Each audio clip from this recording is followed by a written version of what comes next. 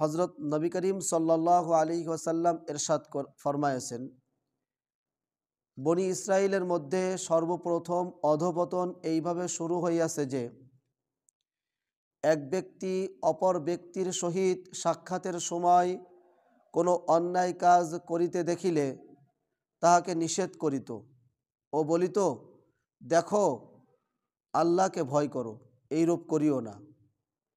কিন্তু তাহাদের না মানা সত্ত্বেও উপদেশদাতা পূর্ব সম্পর্কের কারণে তাহাদের সহিত খানাপিনা ও উঠা বসা আগের মতোই করিত।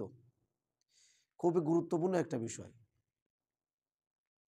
যখন ব্যাপকভাবে এইরূপ হইতে লাগিল, তখন আল্লাহ তাআলা তাহাদের একের অন্তরকে অন্যের সহিত মিলাইয়া দিলেন।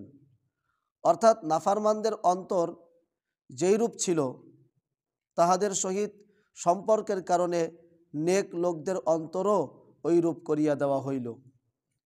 তারপর হুজুর সাল্লাল্লাহু আলাইহি ওয়াসাল্লাম ইহার সপক্ষে কোরআনের একটি আয়াত তেলাওয়াত করিলেন, লুইনাল্লাযীনা কাফারু, এখান থেকে নিয়ে ফাসিকুন পর্যন্ত।